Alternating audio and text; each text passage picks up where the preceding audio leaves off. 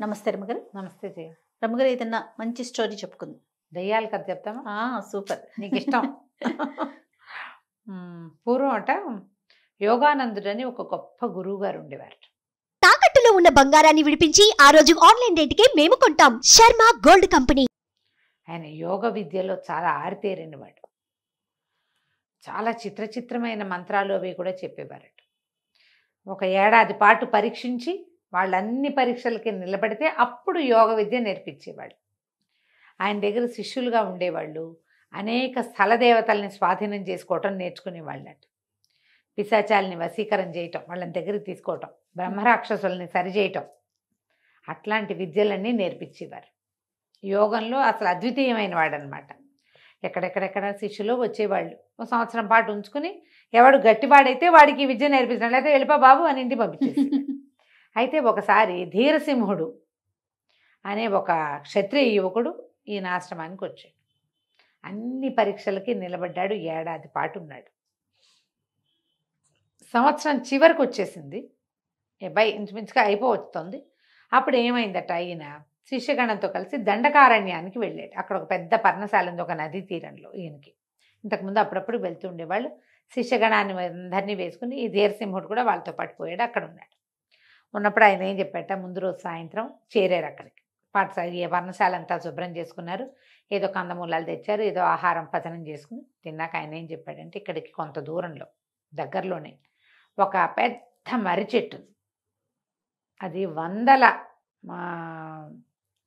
మైళ్ళ వెడల్పు ఉంటుందట. చాలా పెద్దది. దాంట్లో త్రేతాయుగం నాటి పిశాచాలు కూడా ఉన్నాయి.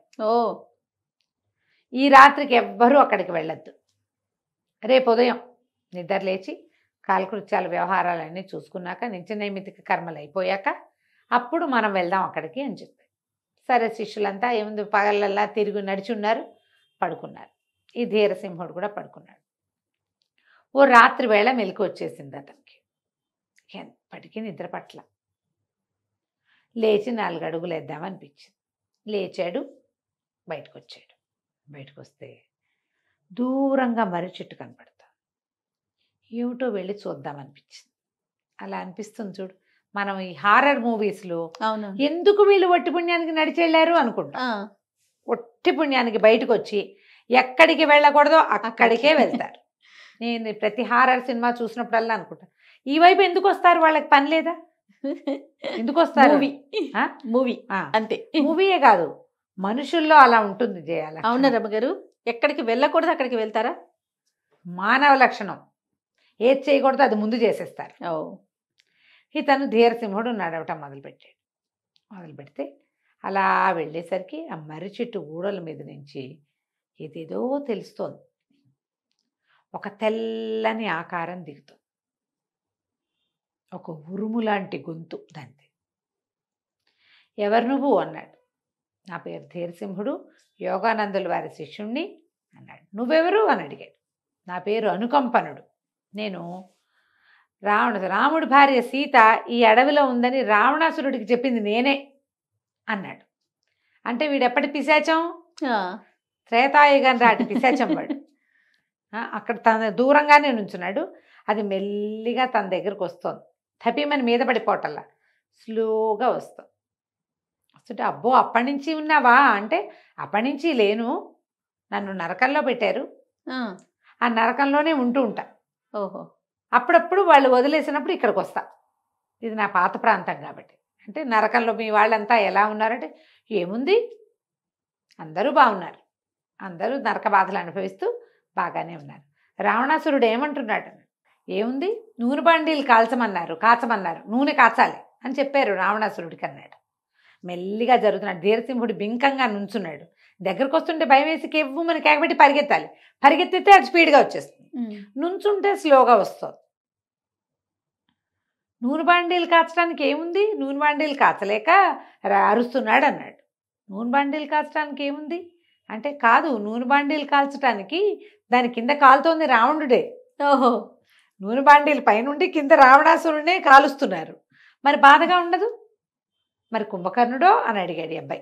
ధీరసింహుడు అడిగితే, ఏముంది కుంభకర్ణుడు మామూలుగా లేదు, వాడి సంగతి రంకెలు పెడుతున్నాడు. చీలమండల దాకా నిప్పు పెట్టారు. ఓహో. అనేసరికల్ చీలమండలు కాలితేనే అరుస్తున్నాడా అంటే అవును, మరి ఏం చేస్తాడు, తిరగేసి కట్టారు. చీలమండల పైన మనిషి కింద ఉన్నాయి, కిందంతా కాలిపోయి చీలమండల దాకా మంట. దాంతో మండిపోతుంది, అరిచరిచి రంకెలు పెట్టి నానా గందరగోళము చేస్తున్నాడు. ఆ, అండి దగ్గరకు వస్తుంటే సరే ఎట్టా కేకలు పెడుతున్నాడు అని అడిగాడు. ఎంత పెద్ద అరుపో తెలుసా అది అన్నాడు అనుకంపనుడు. కుర్రాడు అడిగాడు అనమాట ధీరసింహుడు, ఏది అడిగి చూపించు, ఎలాంటి రంకెలు పెడుతున్నాడు అంటే వాడు పెద్దగా అరిచాడు. ఆ అనుకంపనుడు ఎంత గట్టిగా అరిచాడో, చెవులు పగిలిపోయేలాగా అయిపోయింది ధీరసింహుడికి. మెల్లిగా వాడి దగ్గరకు వస్తున్నాడు అనుకంపనుడు. ఇంతేనా, గాడిద బోండ్ర పెట్టినట్టుంది, ఏం పెద్ద శబ్దం కాదు ఇది, ఇంతేనా అన్నాడు. అనేసరికి ఏమిటి సరిపోలేదా నీకు, ఇంకా పెద్దగా అరుస్తానని రెండోసారి ఇంకా పెద్దగా అరిచాడు. ఈ ధీరసింహుడు నుంచున్న భూమి ఇట్లా గజగజలాడిపోయింది. ఇతను కూడా వణికిపోయాడు. చెవుల్లోంచి రక్తం వస్తుందేమో అని అనిపిస్తోంది. చెవులు మూసుకున్నాడు. ఇంతే 3 గాడిదలు అరిచినట్టుంది, ఇంతకంటే రాదా నీకు అన్నాడు. అనేసరికి అనుకంపనికి ఒళ్ళు మడిపోయింది. ఎందుకు రాదు, నేను నరకంలో ఎంత పెద్దగా అరిచేవాడినో తెలుసా, నరక భట్టలే చచ్చేవాళ్ళు నా అరుపులకి అని చెప్పి మూడోసారి ఇంకా పెద్దగా అరిచాడు. పెద్దగా అరిస్తే మర్రి చెట్టు ఊగిపోయింది. వీడు ధీరసింహుడు దాదాపుగా పడిపోయాడు కింద. లేచి నిలబడ్డాడు. ఇంతేనా అన్నాడు. ఇంతే కాదు, నేను నిన్ను తినేయడానికి వచ్చాను, నువ్వు చూసుకోలేదు, నేను నీ దగ్గరకు వచ్చేసానని పట్టుకుపోయాడు. ఇంతలో ఏమైంది, అనుకంపనుడు ఏం చేశాడు, ఇప్పుడు 3 సార్లు అరిచాడు. ఈ అరుపులకి మొత్తం ఇప్పుడు ఒక ఖాళీ ప్రదేశంలో అరిస్తే ఎట్టా వినపడుతుంది దూరానికి, ఆ పర్ణశాలలో ఉన్న యోగానందుడికి వినిపించేసింది.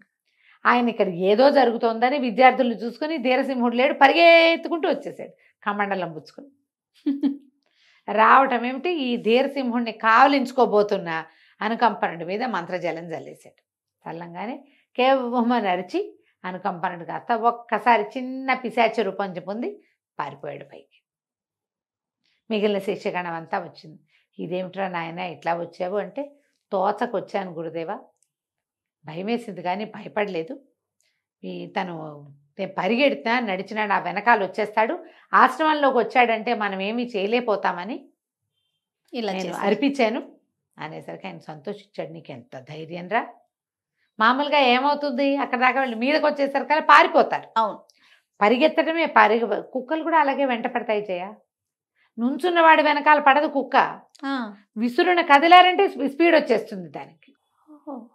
పరిగెడితే వెంట పడుతుంది. నుంచున్నారనుకో బింకంగా భయపడకుండా అదేం చేయదు, కానీ మనకు భయం అనిపించేస్తుంది. బిగ తీసుకుని నుంచున్న వాడిని కుక్క ఏమీ చేయదు, వెంట పడదు, అది నుంచుంటుంది. మెల్లిగా 1 నిమిషం అయ్యాక తోకాడిస్తుంది. అది గమనించరు, బెదిరిపోయి పరిగెత్తేస్తారు, ప్యానిక్ అయిపోతారు. ఈ దయ్యాలను చూసినా అంతే, ప్యానిక్ అయి పరిగెడితే అది వెంటపడి పట్టేస్తుంది. వెన్ను చూపించామా పట్టుకుంటుంది, కుక్క పిక్క పట్టుకుంటుంది. ఎందుకంటే పరిగెత్తేటప్పుడు ఆ పిక్కల కదలిక దాన్ని అట్రాక్ట్ చేస్తుంది. అందుకని ఇక పట్టుకోలేదు. సరే, ఆయన చాలా సంతోషించాడు యోగానందుడు. నీలాంటి సాహసికి ఇలాంటి విద్యలు కావాలి తప్పకుండా అని చెప్పి ఆ ధీరసింహుడి పేరు మార్చేసి ధీరానందుడు అని పెట్టి వాడికి ఎన్నో రకాల మంత్ర విద్యలు నేర్పించాడు. ఈ బ్రహ్మరాక్షసులను వదలగొట్టే విద్య కరతలామలకంగా నేర్చుకున్నాడు. ఆ తర్వాత ఆ ప్రాంతంలో అసలు ఆ త్రేతాయుగపు నాటి పిశాచాలు ఏవీ లేకుండా చేసేసాడు. దండకారణ్యం అంతా ఖాళీ చేసేసారు వాళ్ళిద్దరు కలిసి.